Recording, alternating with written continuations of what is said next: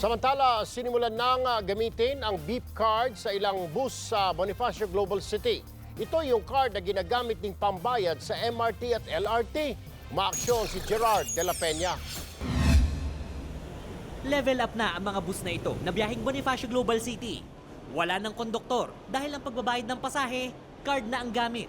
Sinimulang subukan sa BGC ang paggamit ng beep card noong nakaraang linggo. Mas madali na ngayon mga kabiyahe yung mga galing doon sa Ayala Station ng MRT papunta sa loob ng Bonifacio Global City. Dahil itong ticket na ginamit nilang pambayad ng pasahe sa MRT ay ito na rin yung gagamitin nila para naman makasakay dito sa mga BGC bus. Katulad ng sa MRT at LRT, kailangan lang bumili ng card sa mga estasyon ng tren o terminal ng BGC bus. Itatapat lang ito sa mga sensor na nasa tabi ng driver at ikakaltas na ang 12 pesos na pasahe. Kailangan mo pa pumila dyan para bumili ng ticket. Then after that, pipila ka na naman. Pag may ganito ka, diretso ka. Simula noong nakaraang buwan, nagagamit na rin ang sistemang ito sa point-to-point bus service na biyaheng Alabang at Makati.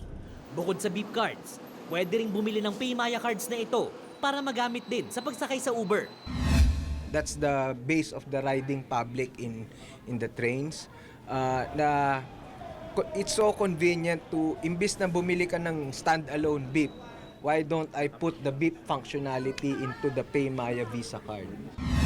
Ito rin ang teknolohiya na ginagamit sa Singapore, Taiwan, Hong Kong at Korea, kung saan isang card lang ang gamit sa anumang uri ng transportasyon. Hindi naman daw imposible na magawa rin ito dito sa Metro Manila. Umaaksyon, Gerard de la Peña, News 5. Be sure to come back. Use 5 everywhere. Copyright 2016.